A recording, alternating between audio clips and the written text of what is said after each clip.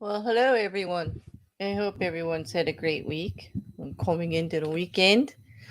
A little unusual for me to do a true crime on a Friday, but we did have a bunch of stuff come to light in regards to Scientology cases that we're following. Oh, so, welcome everyone. Hello, Grace and Rocket and Icarus. And hey, Shill. Thanks for joining us. Cool. Don't do the crime if you can't do the time. Very nice, Shill. Very nice. Hey, Ox. Hey, Wrecker. Nice to see you.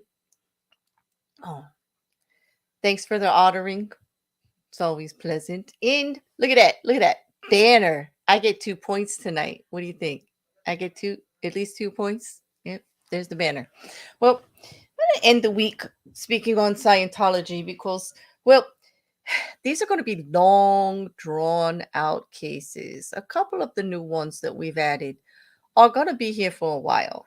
And so it's important to do the little updates as things progress so that we all can stay on top of it. So today I'm going to share some original complaints with you that are quite a few. Well, this first one is Christine Bixler et al. And I'm going to bring that one up right away. And I'm going to share with you all a link for it because with Bixler, all right, I've opened this up one to share the link for everybody, and it's down below too. Um, this was an actual, demand for jury trial all the way back in August of 2019. Okay, and the complainants are the Jane Does, the three Jane Does from the Masterson trial, along with Marie Bobette Rials. Um, but Jane Doe 3 is listed with her full name, okay, Chrissy Carnell Bixler, and also her husband, Cedric Bixler Zavala, okay, along with Jane Doe 1 and Jane Doe 2. Okay, and this was filed back in 2019. And the reason I'm bringing forth the original complaint is so that we don't get it confused with the Masterson trial at all, although the name Masterson's going to come up. Okay, because look at who the defendants are.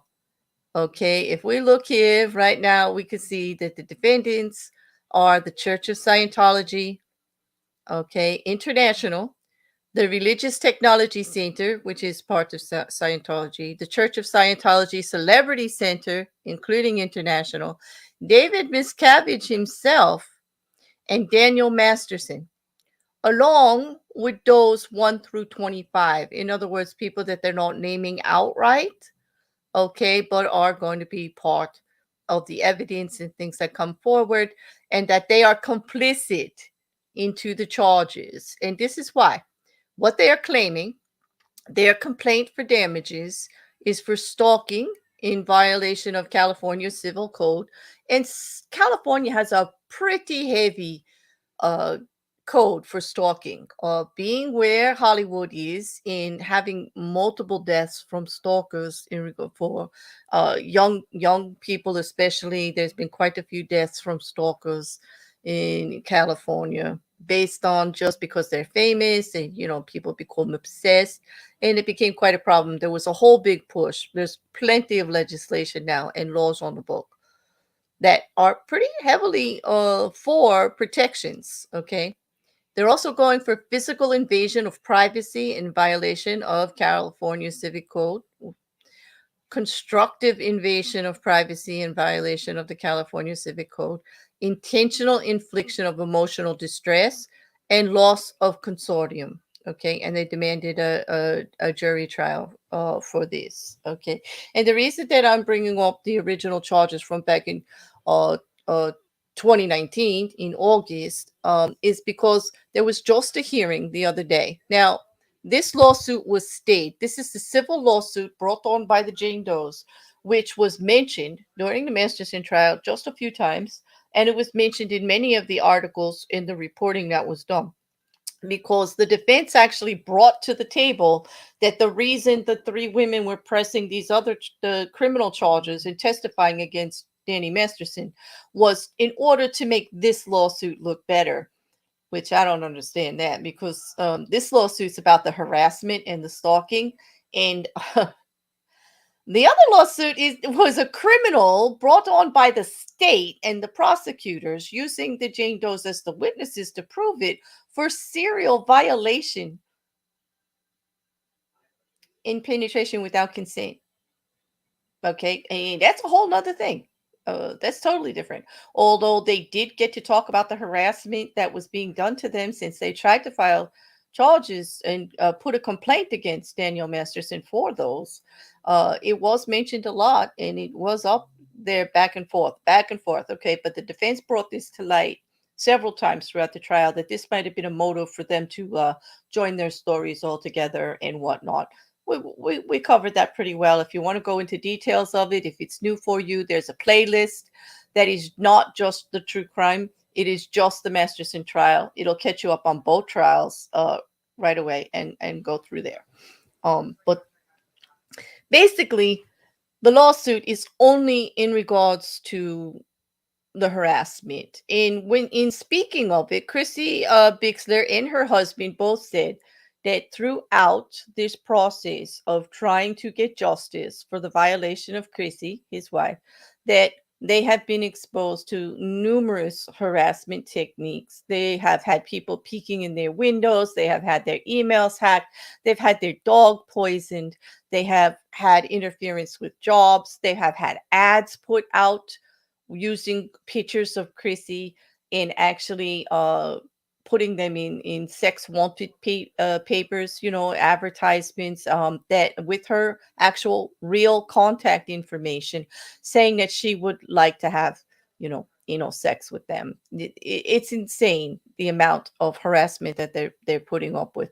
It's pretty well documented. They've done a very good job of pulling it all together. The email hacking did come up in the Masterson trial. Okay. We heard about the how the emails got exposed. It actually got exposed because it was the defense. They tried to put an email forward as evidence. And when they did, Chrissy Bixler was able to say, you see, this is part of the evidence for the hacking because only part of this email is true. It's been altered. And she was able to testify on that and talk about that. There was a sidebar about that. And I made note of that at the time because I knew it was going to come up again in this civil case. And rightly so, because it's probably some of the most damning evidence that they will have. Okay.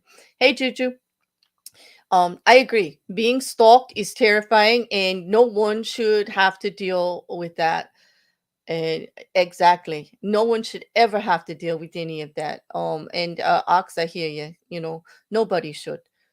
It's terrible. And both of the lawsuits that we're going to talk about today involve harassment and stalking from Scientology under their fair game policy. They are going against anyone who says anything against Scientology, and these are all ex-church members. Okay, besides Cedric, he is actually a spouse, but he's involved because he's with Chrissy. They're going to be suing. Yes, it's a civil suit, so yes, they are making a point, and they're going for financial damages. Okay, they're going for money, and that's what all civil suits do. They try to make a point about a wrong that was done. They're probably saying, "Hey, there's no criminal charge here that I can do, but I'm going to smack you back and say this ain't right." And I want my fair justice. I want people to know about this. I want a jury to look at this and say, "Yup, you owe me. Look what you're doing to me." And that's what this lawsuit is about.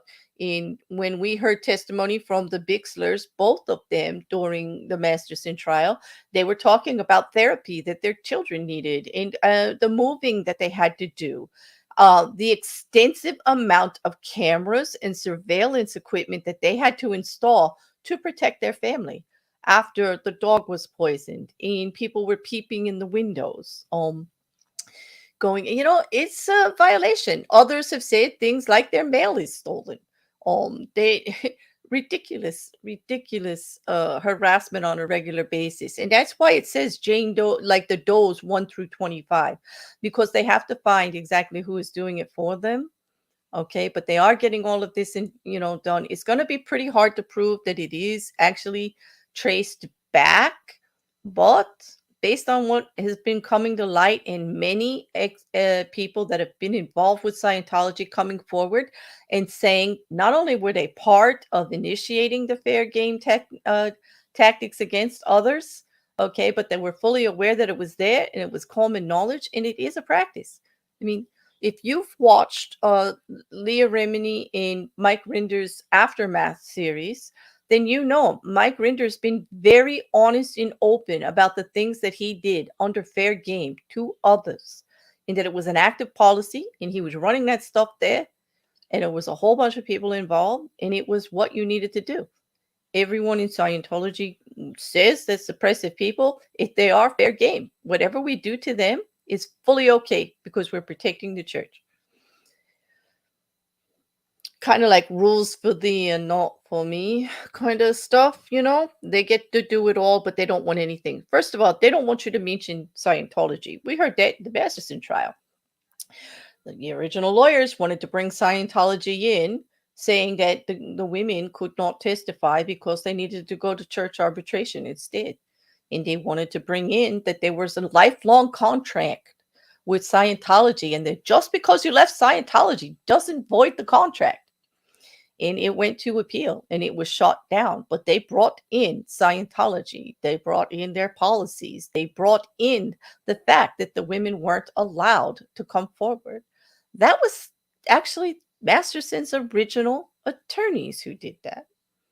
Okay. And then from that moment on, all we heard from Philip Cohen was do not say Scientology. And yet he said it more times than anyone throughout the trial. But I digress. Back to, we're going to call this one Bixler et al. Versus Scientology. Okay, let me bring this part down and let's talk about the hearing that just happened. Okay, let me get that up. They just had a hearing on the 26th. The judge for this case, I've got the notes here for it. Okay, because basically, I'm gonna put them up, but we're basically not gonna read them word for word, because that would be boring. But what I am gonna do is share the link with you for those of you, the diehards that are really interested in this kind of stuff. This hearing was to lift the stay because, as I said, this original lawsuit was filed back in 2019. If you'll remember, the original charges against Daniel Masterson were actually coming forward in 2017 and 2016 after an investigation in LAPD it became public. That is when Daniel Masterson and Chrissy Bixler had their first online acknowledgement and fight about what it was. And Daniel Masterson came out and acknowledged that Jane Doe 3 was his ex-girlfriend that he was in a relationship with for 6 years. And then it was on. It was on after that. Chrissy Bixler said, okay, well, if I'm out, I'm out. And she became very strong in the use of social medias to advocate for herself and the other Jane Does and other victims that she say exist out there of Danny Masterson. And she's still doing it. Okay. In the settlement of Danny Masterson's lawsuit here, criminal charges, he was guilty of 2, Jane Doe 1 and Jane Doe 2. He's serving 30 years. He's in prison now under appeal. They are filing to get things changed, but we'll see what happens. But right now he's in jail. Okay. However, Chrissy Bixler's claims against Danny Masterson, they could not come to a guilty verdict. However, they were dismissed with prejudice, which means they could be filed again. And this becomes a very big issue if the state gets listed. And the judge, you're going to hear, Judge Alpinder Kalra, okay, he's going to actually speak to the plaintiffs directly and say, do you realize that since then, if you go forward, because they were petitioning to lift the stay, they want to start moving this forward. Because remember, unfortunately, we've got some statutes of limitations. If you file this lawsuit back in 2019 and you don't go forward within 5 years, okay, there's a problem. It could get tossed. There's a definitely there's a problem with discovery. There's a problem with evidence. There's a problem with everything. So, they wanted to have this pushed forward. They want to go forward, even though they said verbally they'll be filing an amended complaint, because what they're saying in interviews, and we haven't seen the amended complaint yet from Bixler et al. What we did hear during the trial, that there was more harassment that happened after 2019, that it really sped up once the prosecution decided to go forward against Danny Masterson. Things got a lot worse. And so there's much more that they want to add.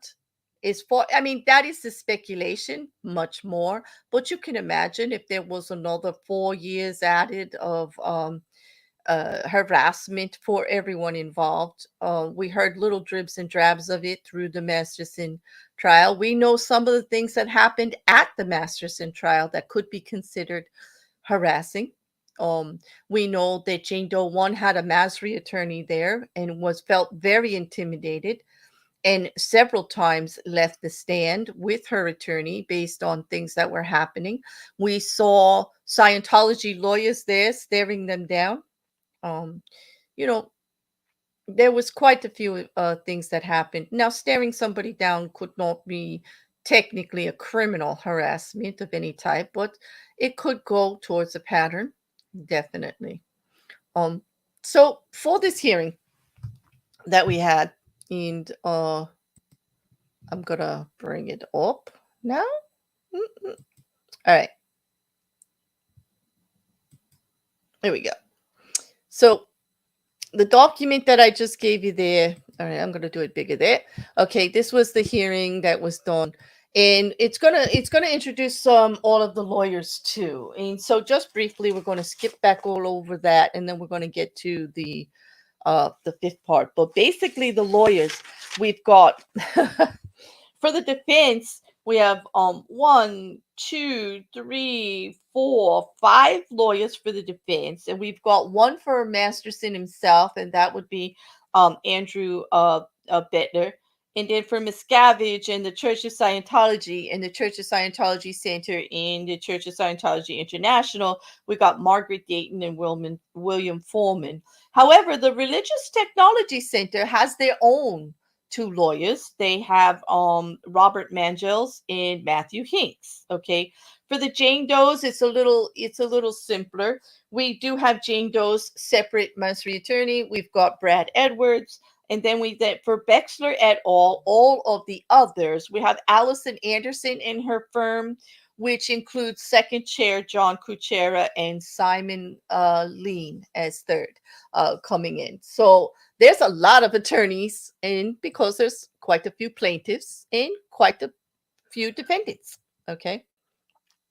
All right. So they are definitely going to be talking about lifting the stay. From the get-go, this judge, Calra, had wanted to lift the stay. He's very concerned about the statute of limitations and about all this, but he does actually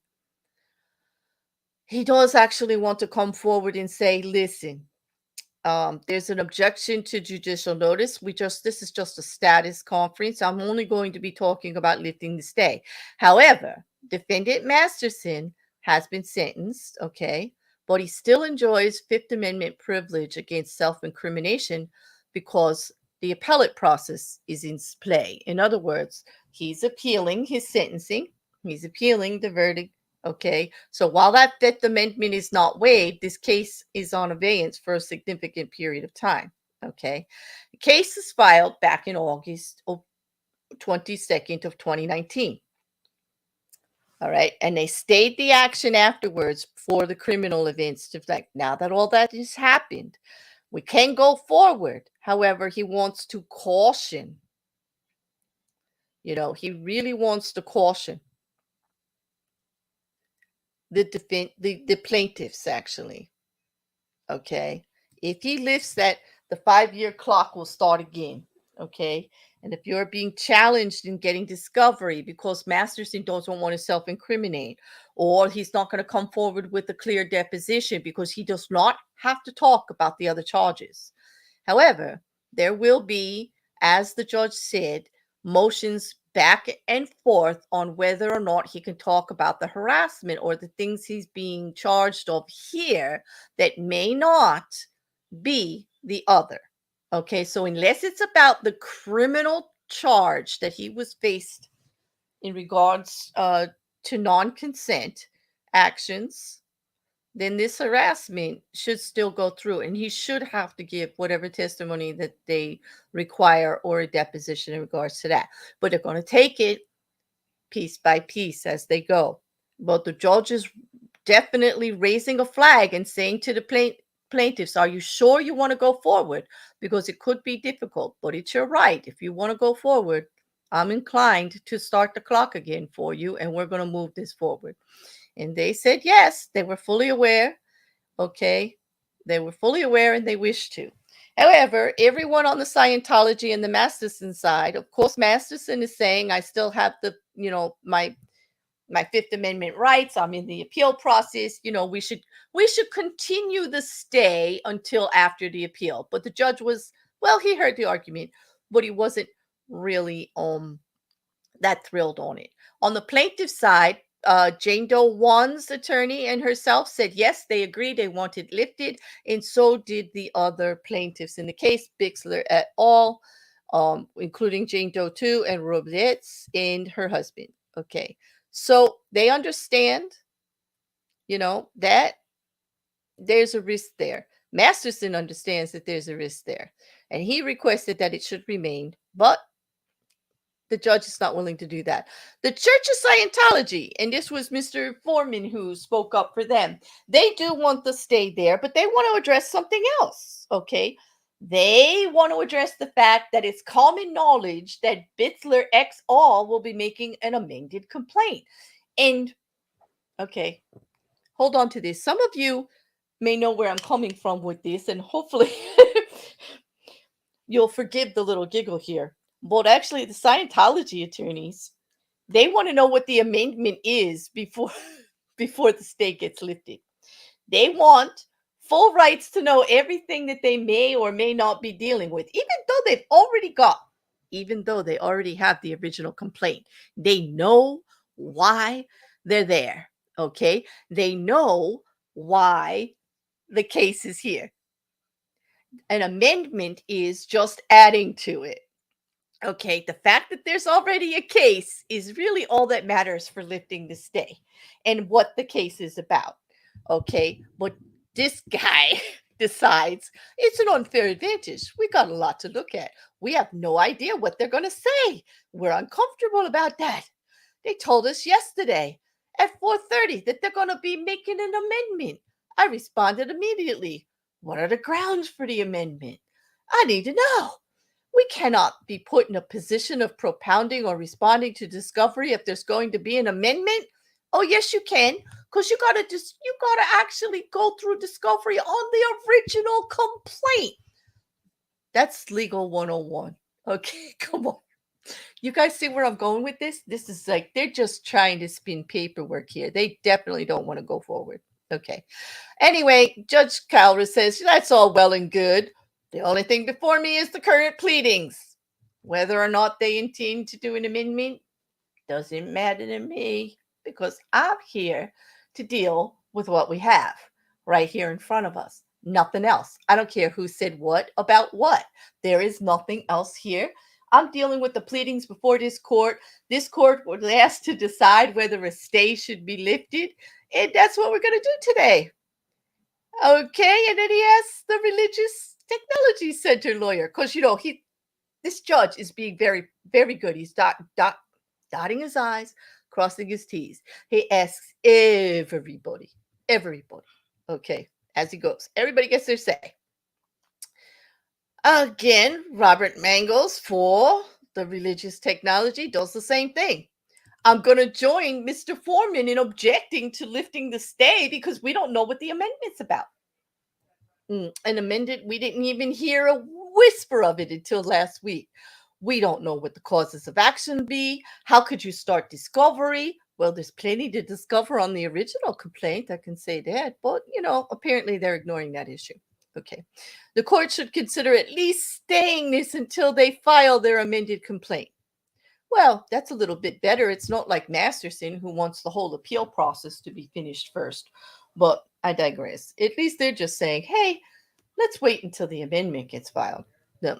Well, Judge Carla says, I don't understand why you need all that. Like, we're talking about now, like going forward what we already have, They're not asking for any limitations on the stay. They're not even asking for anything to be done in regards to an amendment.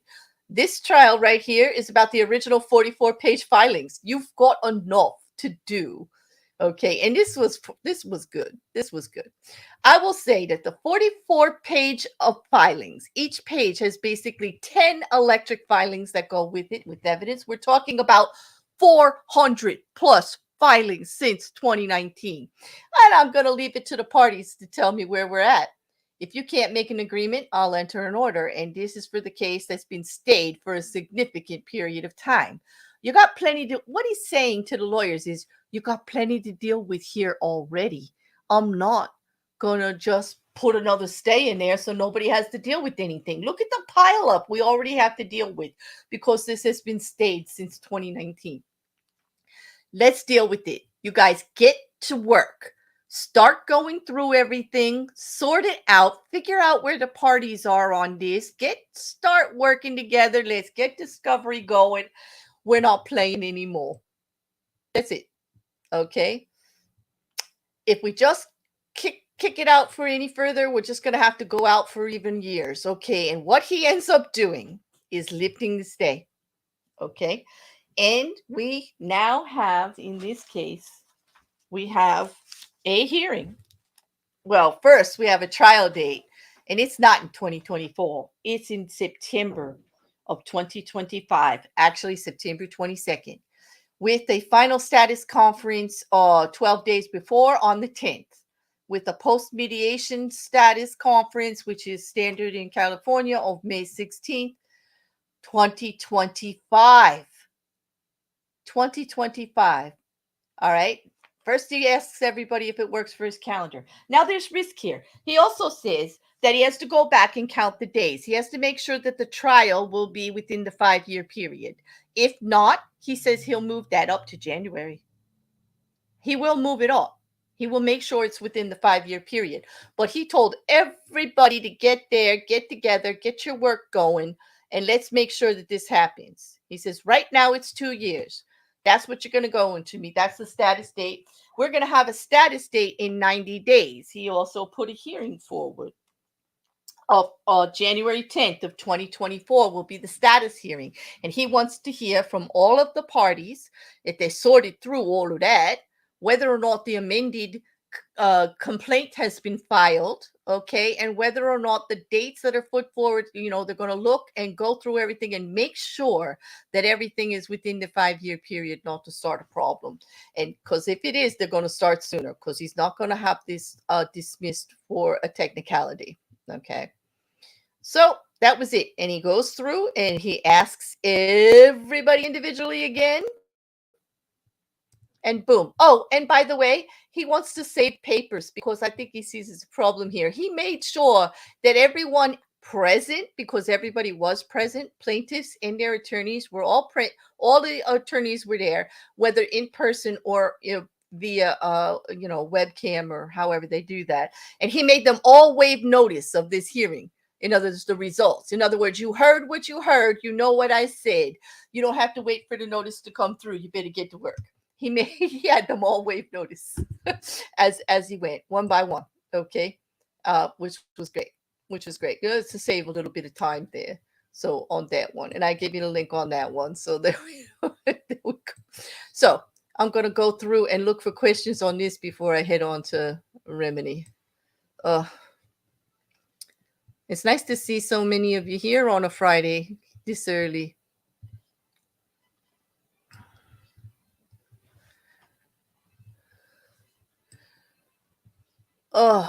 I am sorry for anyone who has had to deal with a access. I heard that one of the girls has had two of her dogs killed. They found a bunch of meatballs in her yard and they were laced with rat poison and they've been harassing her. Yep, that's in the complaint. Yes, it is. Absolutely. Um, they actually, the vet told them it was definitely poison. It happened twice. They actually have children that had to deal with the loss of these animals and find them. It was horrible. The emotional distress alone should be pretty heart-wrenching to hear what's happening to everyone involved. Not only are the adults who are filing the case being harassed, there is testimony about what's happening to the children at school, their pets, people saying things to them on the street. It's not cool. It is not cool. And apparently this fair game stuff is a serious problem. A serious problem. But I'm sorry, Charlie. One easy, the other was friggin' nightmare. I am so sorry, Charlie, Ox, Juju, everybody that is putting comments in there about stalking. It's absolutely horrible to invade somebody's space that way. Like, no is no. Yeah. This is not cool in any way. Okay. Hey, Mrs. Cassandra. Hey, Mousy. I'm just looking for questions. And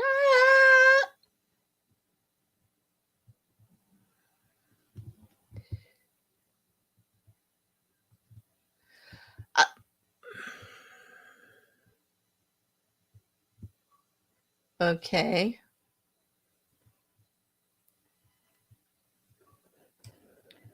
Yep, exactly. We want to know the filing before it's filing, you know? Turtle Moose, is it appealing or appalling? It's an appalling appeal based on it. They're going over the fact that they part of it is the fact that Scientology got mentioned. Yeah, of course. Right? Of course. Okay. Discovery is the best part. Exactly.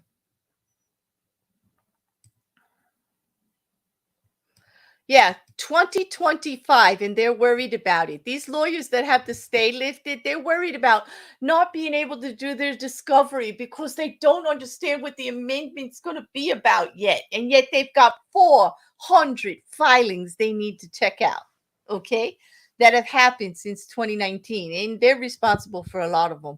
When I tell you that Scientology killed forests as far as paper goes, man, they are litigious. Like they fight like crazy. They just file and file and file, and some of it's absolutely ludicrous, but they just do. I hear you, Rocket. I hear you. And look, the banner's going. See that? Exactly. What if a child? Yeah, they don't really seem to care the risk to others. Is apparently this fair game policy it's like gloves are off. Everybody who's against them is just what it says, fair game. Any means necessary. Ruin their lives. It's like a mission. Ruin their lives. That's it. And they're fighting back. Yep.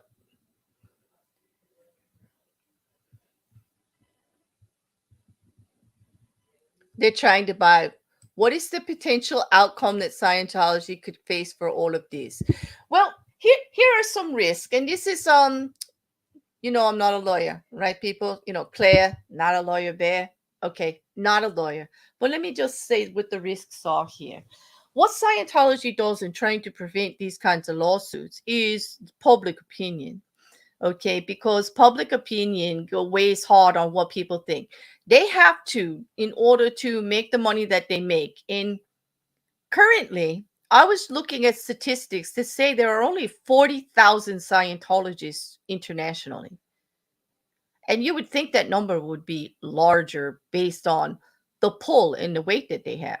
Okay. Most of their holdings, they do have millions, if not $1 billion. It's mostly in real estate and real estate taxes. And all of their money that they make is made from the services of their own members buying into it. Okay. And also some of the books that they sell and other things. What they need to do is to keep expenses down. Scientology is on a mission to be recognized as a religion and to get tax exempt status. And throughout the world, they do have varying degrees of it. Okay. Let's just take a couple of countries.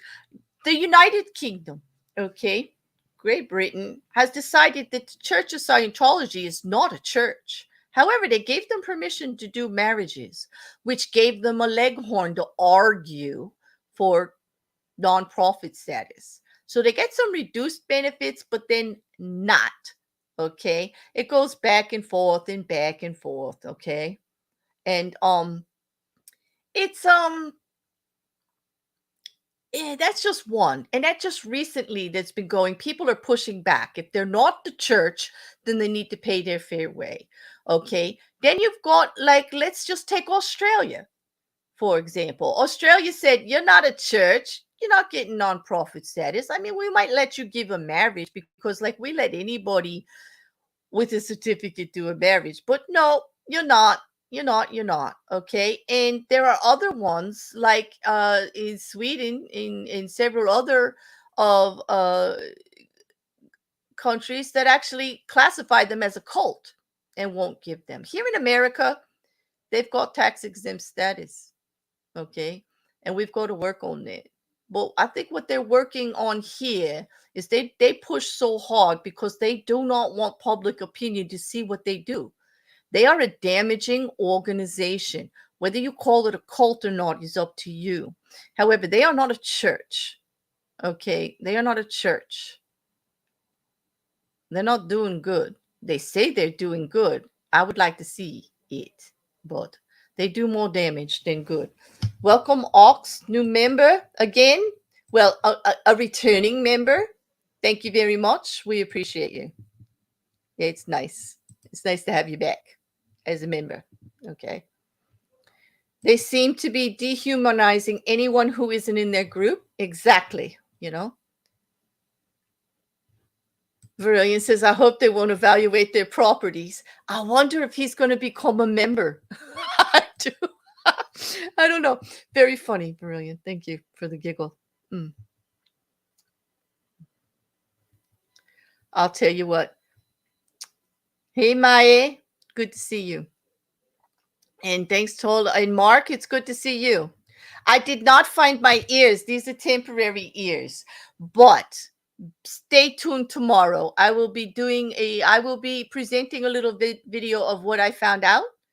And I think this is closed. And I'm hoping that the person, when they are confronted with this, will just prior to the release. I'm going to hope to talk to them later. Hopefully they will. I return them, and tomorrow I will have my ears back.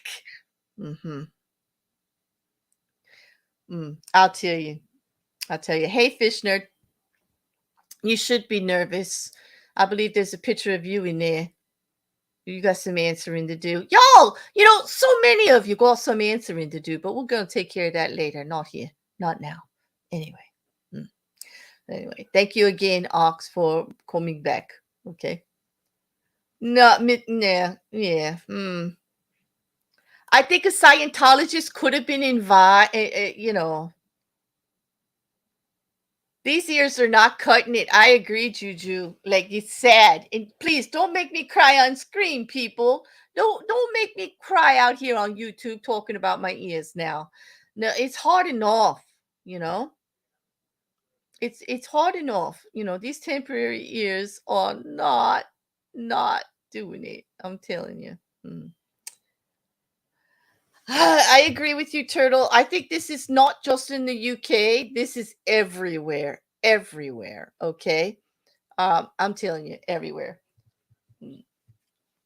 Hi, Inquisitor and Mippet. Like, don't get on that ear train, people. Stop it.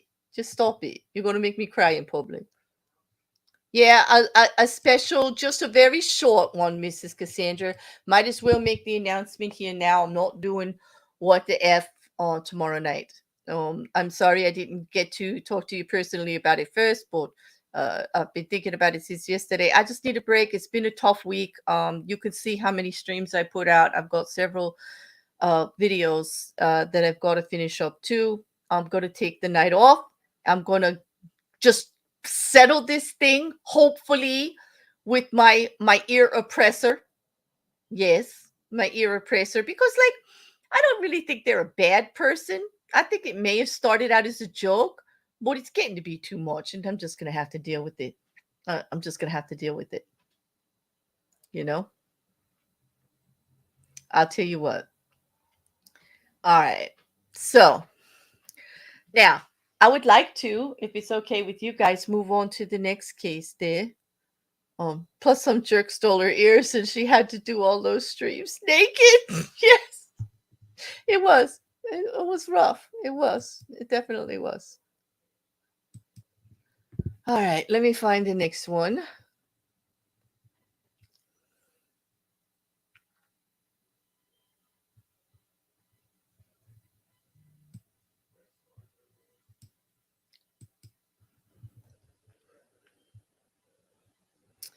Okay.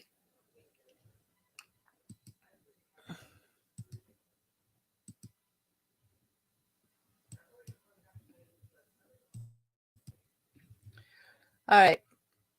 Before we actually get into the details of it, I want to tell you that we're going to be talking about Leah Remini next. Okay, since you no more questions in regards to uh Bixler at all, we will be definitely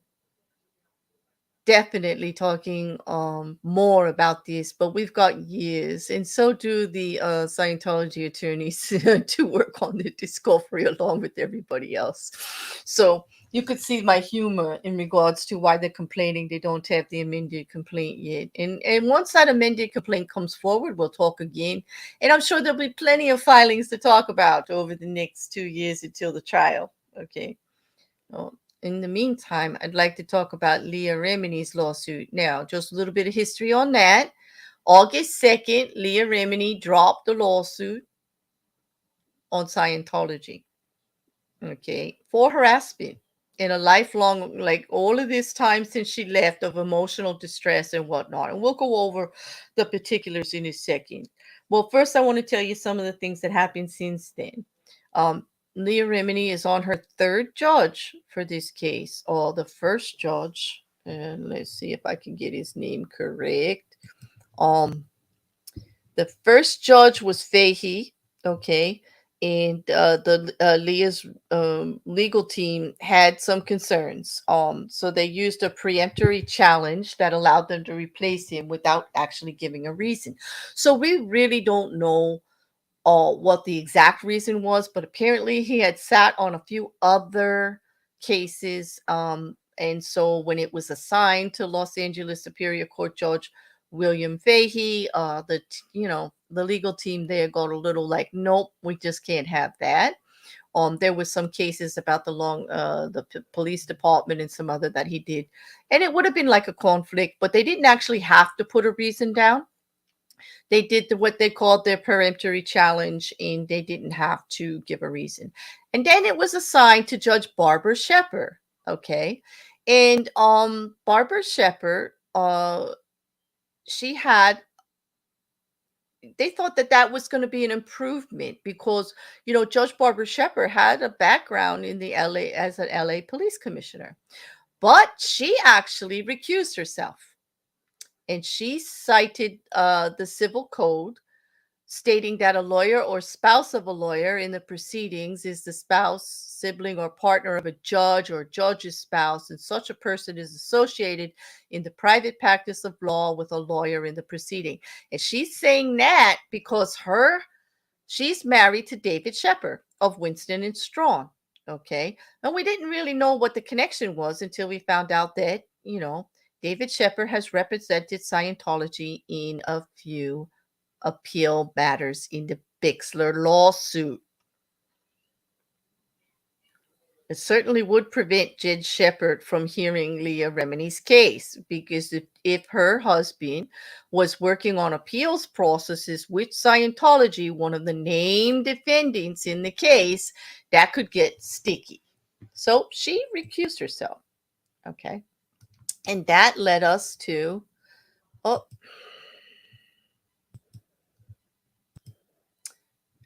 a new judge, finally. And not until the 24th of August did we find out that we now have a third judge. Now they have actually sat Los Angeles Superior Court Judge Randolph Hammock. He's been assigned to hold all the future proceedings in the lawsuit, and this will be the third bench officer or judge to have that role. Okay. He's a pretty famous judge. I mean, well, all of the judges in LA County, all of them in LA, in Los Angeles Superior Court, do get pretty popular cases. But Judge Hammock has actually done the cases, civil cases, involving Courtney Love, Charlie Sheen, and even the Kardashians, No, she didn't refuse herself. I think I meant to say recused, Verillion. I probably mispronounced it. But she did actually recuse herself from the case. Okay. She's refusing to be the judge. So she kind of did refuse also. But she recused. You're right. She stepped down. She stepped down. Hammock is a San Diego law graduate from 1983. But by the time he became elected to the bench, which he's been on the bench since 2010, he was a lawyer in 15 different states. He's pretty popular. Okay.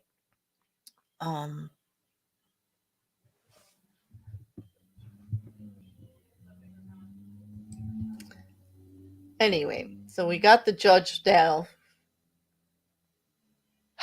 Anyway, the original statement from Scientology in regards to Leah Remini's lawsuit on August 2nd was, and just to be fair, this is their quote: "The lawsuit is ludicrous and the allegations are pure lunacy.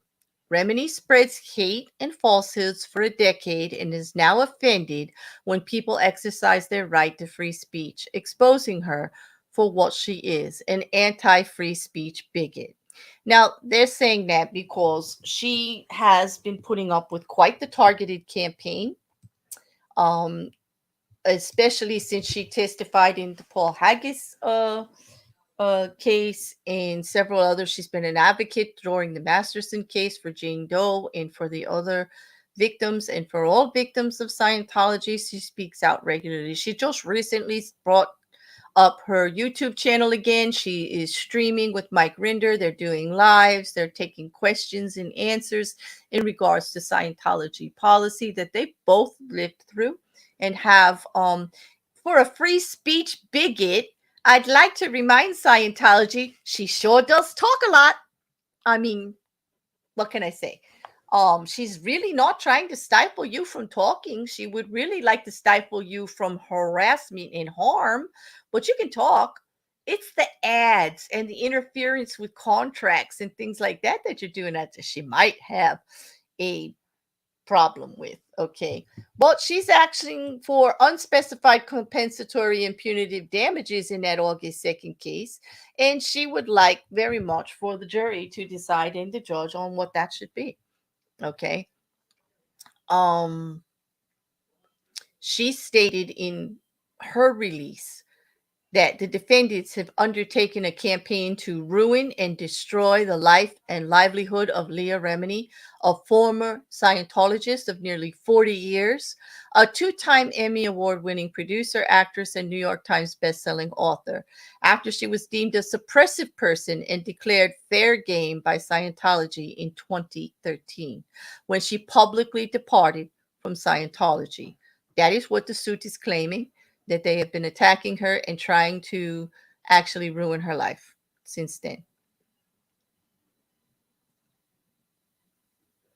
For the past decade of 10 years, Remini has been stalked, surveyed, surveilled, harassed, threatened, intimidated, and been the victim of intentional, malicious, and fraudulent rumors via hundreds of Scientology controlled and coordinated social media accounts that exist solely to intimidate and spread misinformation.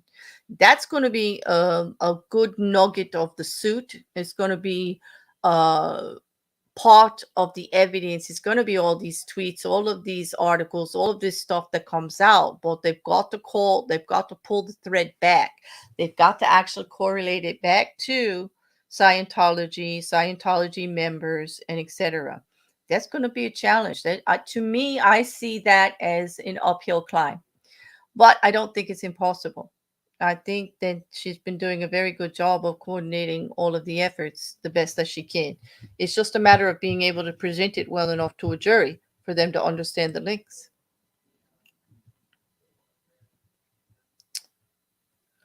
It further alleges that Scientology has elevated the reach of some posts by using its tax-exempt funds to pay social media companies to promote them.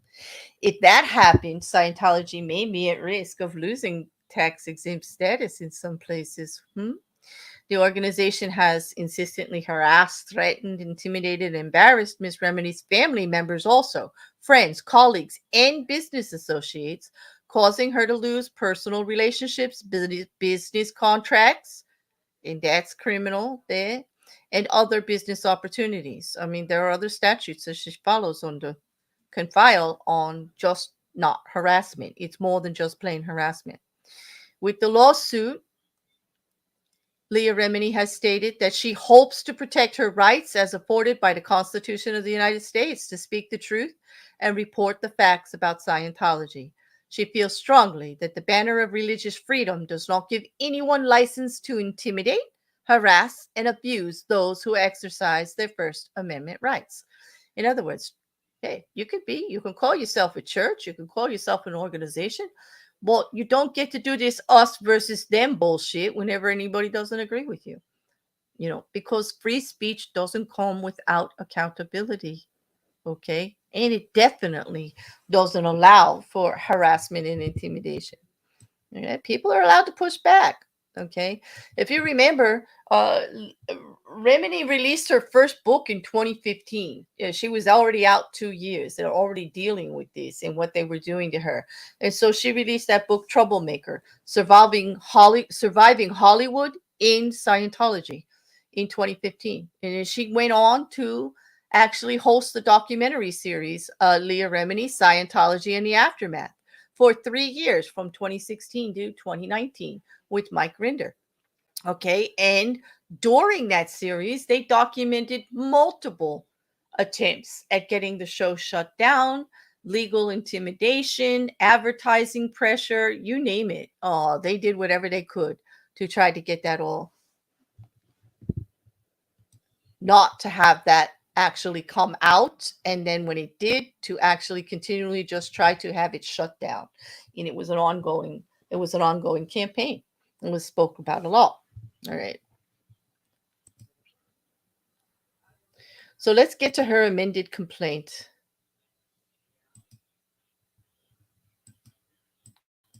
Let me bring that one up. Where did it go? All right, here we go. Let me try to make this one big enough.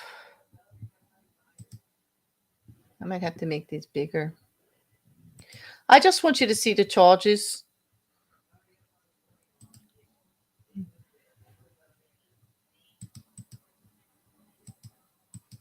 Here we go. And see who she's actually suing here. All right, this should be big enough. All right, so it's Leah Remini all by herself, not a whole bunch of people. Well, she's suing David Miscavige, who has been in hiding, trying not to get sued by the Bixler lawsuit since 2019. They've been trying to serve him, and it's actually quite crazy because he goes from place. Nobody knows where he actually lives, right? But now he's in the UK doing a fundraiser for Scientology. Well, he's actually trying to raise money again in the UK.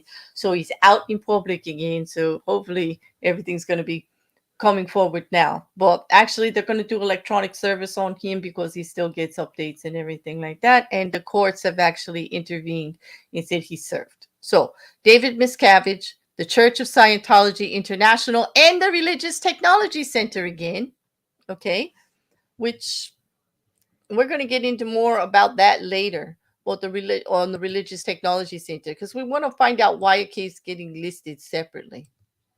All right, this is First Amendment complaint for damages in demand for a jury trial. We've got civil harassment, stalking on the California Code, international infliction of emotional distress, torturous interference with contractual relationships, intentional interference with prospective economic advantage, defamation and defamation per se, defamation by implication, false light, declaratory judgment for the California Code of Civil Procedure. In other words, she's asking the judge to say, if I can prove to you enough with the evidence that I'm putting forward in my complaint, I would like you to do a summary judgment to say that we're just going to argue about how much after. And I agree with you, Juju. A good indicator you are doing something wrong is hiding, you know. Some of the allegations seem so far-fetched. Scientology really is a cult of fiction. It really is, you know. I heard recused. It's probably the weird accent. Thank you, Turtle. You know, as everybody argues back and forth about whether I like, if I did missay it, oh well, you know, shit happens. I'll tell you. Anyway, was it your phone's? Oh, it was your phone and not me. Okay, thank you for clarifying. But I would take it because I misspeak all the time. Oh, that's about my ears. Enough with my ears. But anyway, so Leah Remini has filed this again at the I think it was just at the end of August again. All right. Right. No, actually 2 days before we got the third judge. Okay. Which was on the 22nd. So I think she filed it around the 18th or the 19th. Okay. Well, I wanted to talk to you besides these civil harassment and this for what it's going to do is include more things that have happened. What she's saying is that since she filed on August 2nd, that they've actually ramped up the complaints.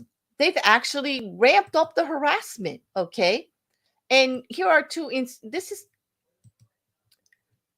is what she says the amended lawsuit alleges, okay?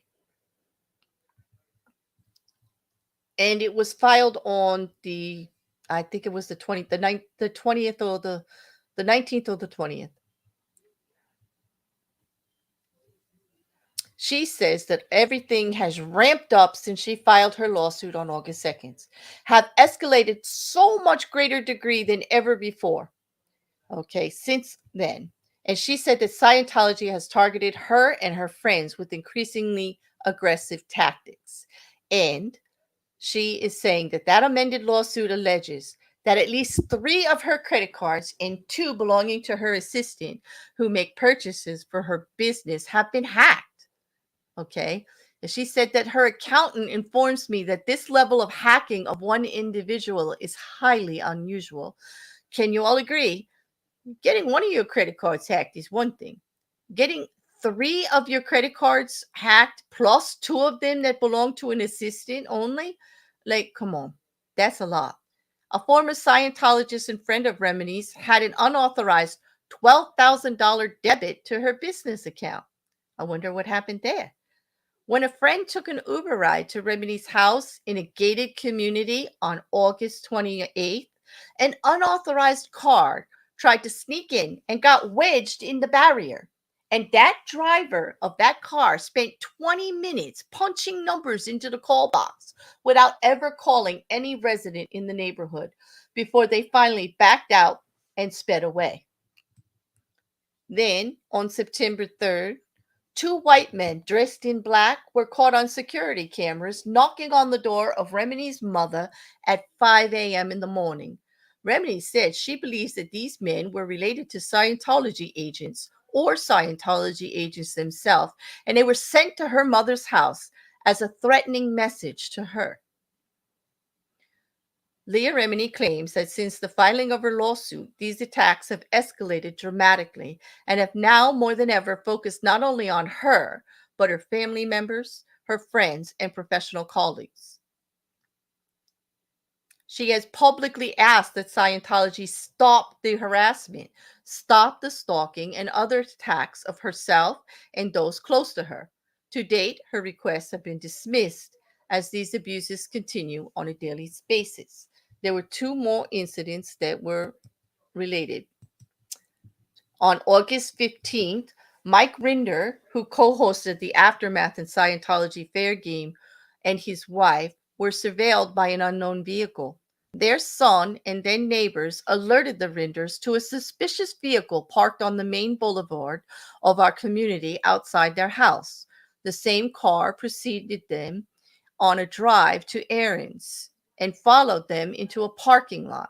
They came upon the same car again in a church parking lot adjacent to the entrance to their community.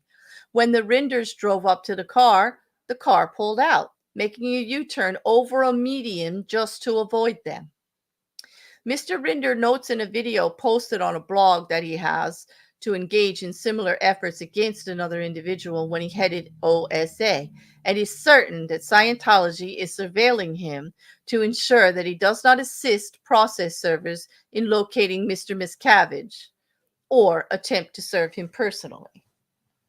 So, this is the testimony of friends that are involved, okay? The harassment is especially egregious as Mr. Rinder is currently undergoing treatment for cancer. Knowing that her friend, while ill, is subject to that surveillance causes Miss Remini great distress, and I don't blame her. Okay. When contacted by multiple media representatives, Scientology just said that they actually go by their August 3rd reaction to Remini. Just read that again. They're giving them no new statement. They still call her a horrible person, a hate speech spewing bigot, and that they think that the allegations are ludicrous and pure lunacy. Okay. The next date that we have in regards to this case is December 4th, when the judges, we've got like our 3rd judge, and hopefully that will stay through. But we're supposed to have a hearing in this suit for December 4th, and it will be a status, and they will go forward as to what is happening. To date, Scientology has not filed a response to the lawsuit of August 2nd. But once they do, we'll come forward with that for you all. Well, right now, they're not even bringing it forward. So I'm going to go forward for some questions. Hey, out of curiosity, did that first set of backup ears I sent you come in handy? The first set of backup? Yes, they did. I did wear them. I think I did in one of the streams. I've been switching on and off. Thank you, Rocket. Okay.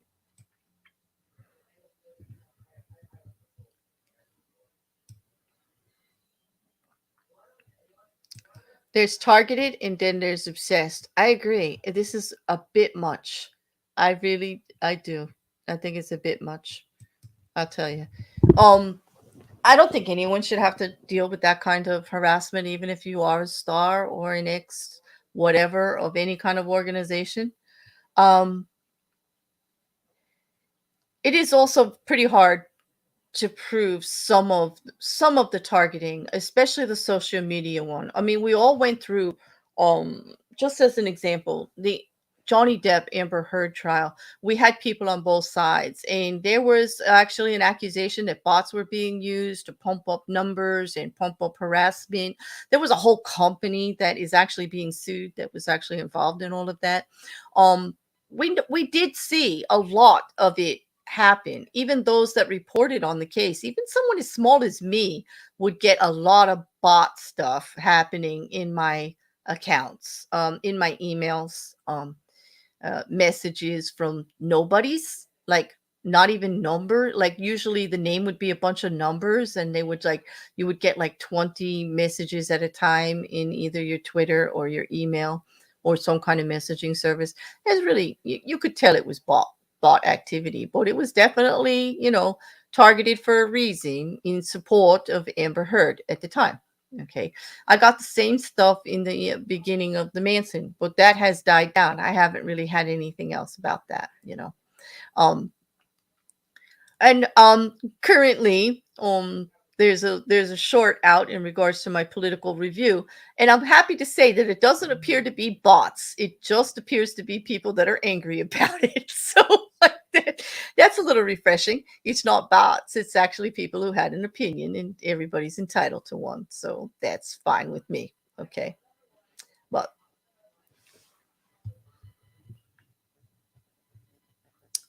yep, both law firms were getting unilateral threats from both sides. Yeah.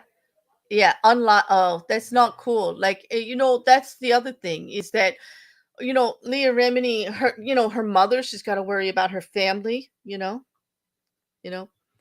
and she's got to worry about everybody she works with.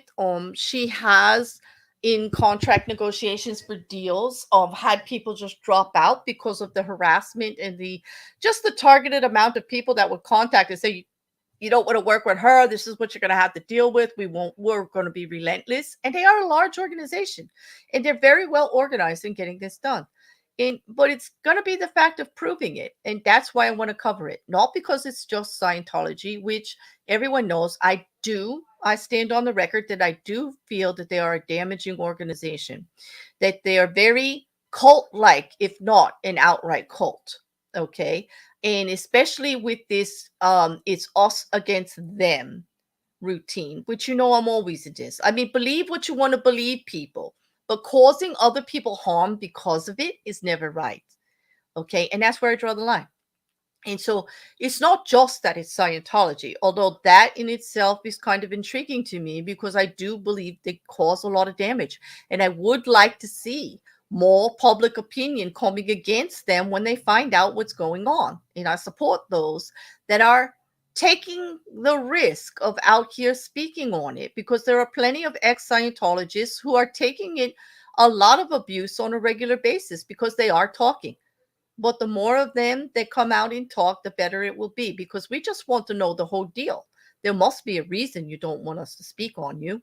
Like, what are you doing? Really? If you don't have anything to hide and you're a harmless church of Scientology doing great things for the world, and you have so many members and you're so rich and no one can touch you, then what are you afraid of? What are you afraid of people talking about? What are you afraid of? That you have to do this to people. Anyone that has to do this to another has a serious issue. They're trying to make themselves feel better about what? It just proves you got no ground to stand on.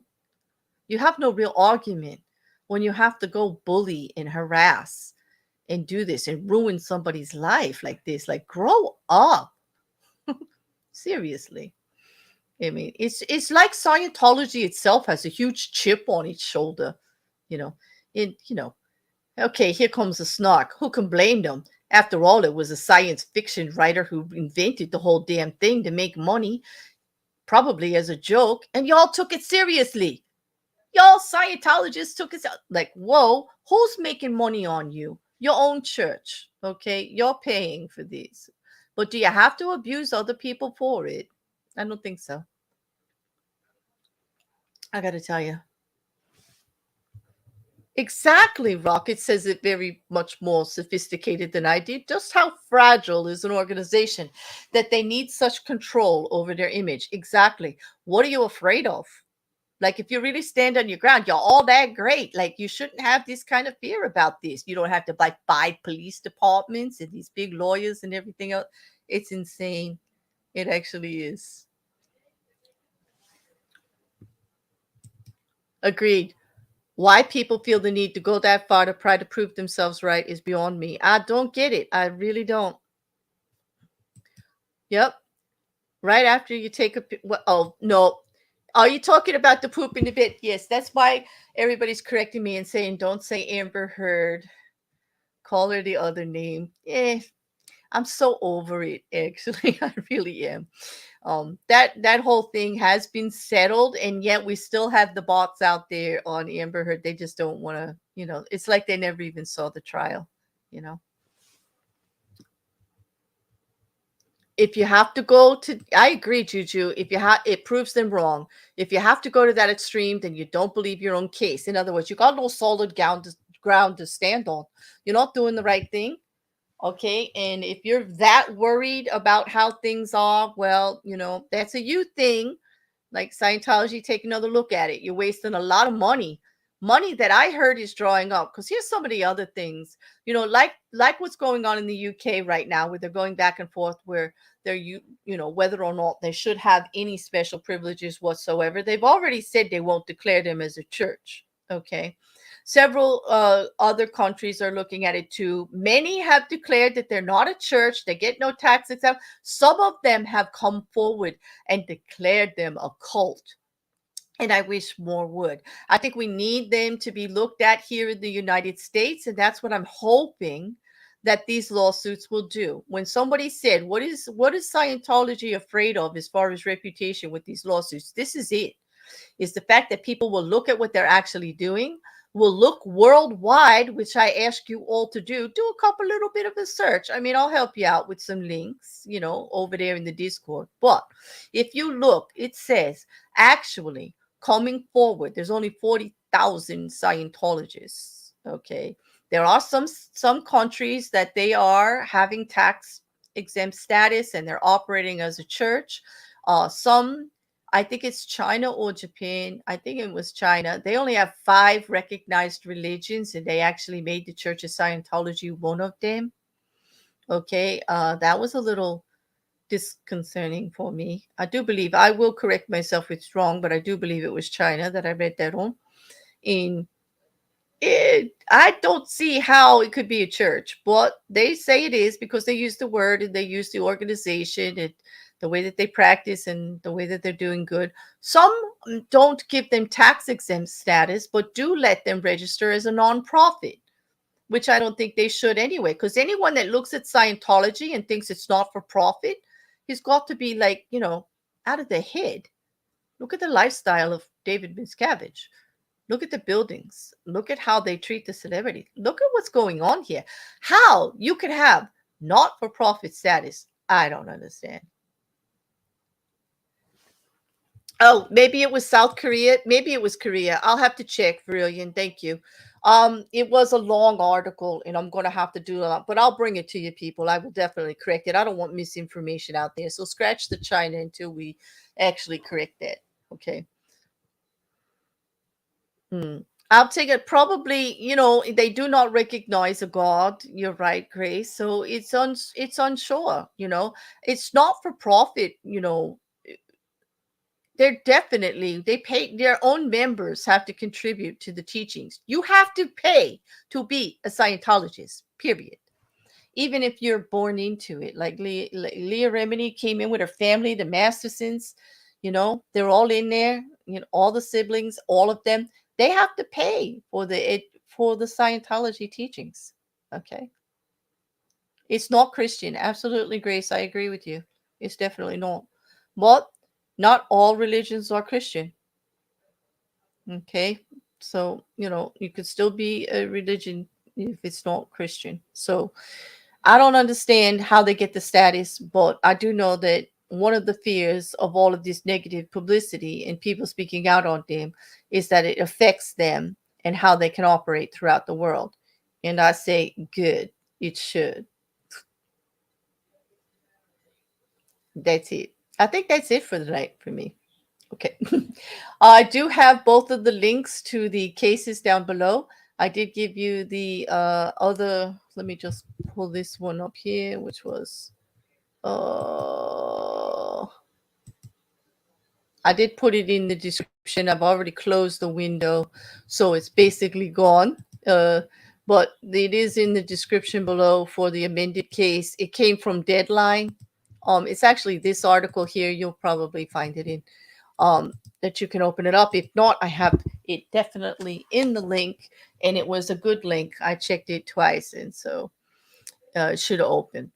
But that's the deadline article that actually linked the amendment. Because it's LA, everything has to be paid. It's not on Pacer, so don't, those of you that have Pacer that are going to try to look for it, don't bother. It's coming out of California.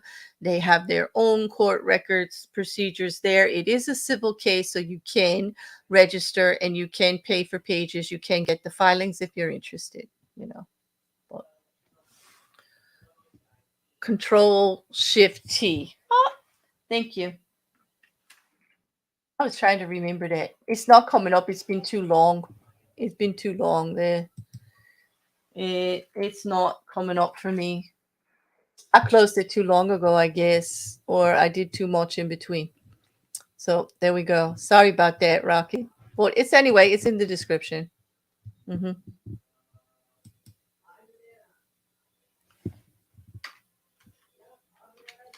All right, I'm going to wrap this up.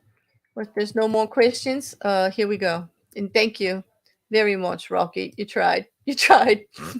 But all right, on that, hey, you guys have a great night.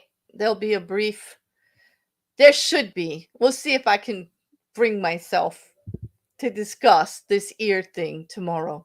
In the meantime, everybody have a great night. I do believe we'll be back on Sunday. And of course, a whole nother week of true crime. We're going to take a break to Saturday night from the What the Effery, as I just need a little bit of time to get myself together. So on that, everybody, have a great one.